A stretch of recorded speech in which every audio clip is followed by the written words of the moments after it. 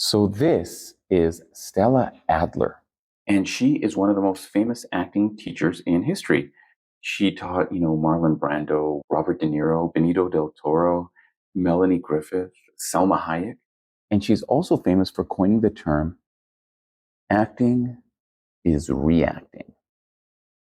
But why am I talking about Stella Adler? Well, one of the reasons she coined the term acting is reacting is because she realized that it's not enough to just be listening. You have to let the other person know you're listening, which is why in this video, we are going to talk about active listening. Because being a good listener is not just about being a good listener. It's also about letting the other person know that you're listening. Now, I have a confession to make. Many years ago, someone called me out for not being a good listener. And here's the worst part. I was listening.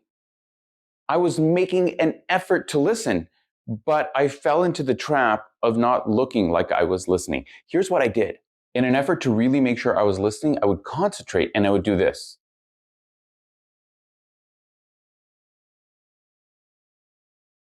Which they interpreted as like not engaging and not listening, like waiting for them to stop talking, even though I was concentrating. So the first part about being a really good listener is looking like you're listening. Now, I'm not saying be like, but periodically doing something like this, nodding once in a while, and then reacting to what you're hearing. So every now and then, okay, interesting.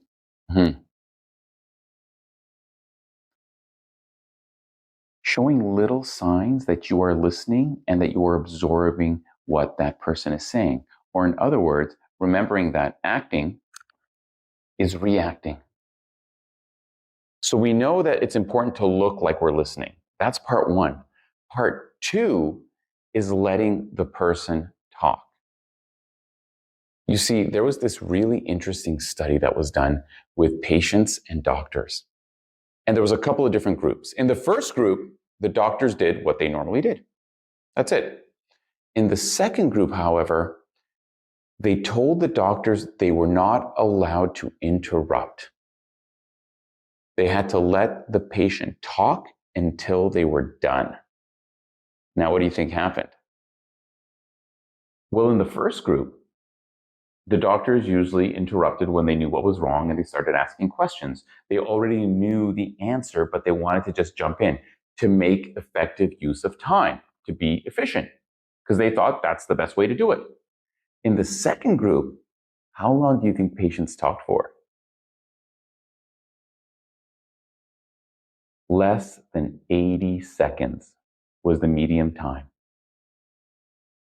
But when they asked the doctors, how long did the patient talk for? They all said, oh God, like 5-10 minutes.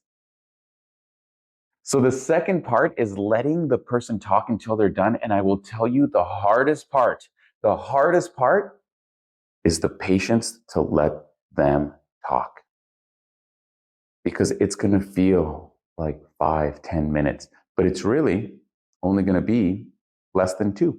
So part one is reacting, letting the person know through your actions that you are listening. Part two is letting them talk until they're done, because then they're just going to wait for you to respond. They'll run out of things to say and they'll wait for you. So the question becomes, how do you respond? You repeat, you expand, and then you ask to ask. But what does that mean? When the person is done talking, instead of trying to summarize what they say in like 1 sentence or 2 sentences, actually repeat back 2, 3, 4, 5 sentences what they said. Because sometimes there's a lot of emotion. Sometimes you can't solve the problem right there and then. But if you repeat back in 2, 3, 4 sentences, you can't be accused of not listening and hearing what they said. Now, this part bears repeating. We will all fall into the trap. I'm guilty of it too, of trying to summarize in a sentence. Trying to recap everything someone says in like the shortest amount of time. But imagine if you had just been talking for like 2 minutes or 3 minutes, going deep into a problem you're having. And the first thing you hear back is, oh, I can see you're having a hard time with this. Well, let me tell you and then they go right into response. Summarizing and going right into response is a trap. Now, the more you do this, the easier it's going to be to start your response. But for now, here is a phrase that I love to use because it just gets me into the flow. I just want to make sure I understand. That's it. I just want to make sure I understand. And then you get into your 2, 3, 4 sentences of repeating back what the person just said, which takes us to expand. What does that mean? The reason we repeat back is to really communicate that I have heard what you're saying. We use expand to communicate that I understand what you're saying. In other words, it's in the expand part that we really create empathy, that we communicate empathy. And we use phrases like, if I was in that situation, I've been in that situation, that happened to me once. Notice I use a first person. I say, if I was there, I would feel blank. Now, if you do these first two parts right, here's what you're going to see the other person doing. First, they're going to be doing things like this. Mm-hmm. Yeah, exactly. Mm-hmm. Right? Mm-hmm. Yeah. So we're now going to a place of agreement. They're literally saying yes, yes, yes. The other thing that'll happen is they will interrupt you with why they agree with what you're saying. Actually, yeah. But actually, yeah. So what happened? And if they do that, let them go again. Let them go until they're done and restart the process. And remember what I said earlier. The hardest part about doing this model is not the steps, it's the patience to go through them. So we've communicated. I hear you. I understand you. It's only after we've done these two things that you move on to the resolution to try and solve the problem with ask to ask. And another way to think of ask to ask is micro agreements. But what is a micro agreement? Well, after the person is finished talking, after you repeat it, after you're expanding, this is when you've earned the right to get into the problem solving. But if I just go right away into the problem, I may or may not get resistance. I can reduce the likelihood of resistance if I do this little tiny thing. Ask to ask.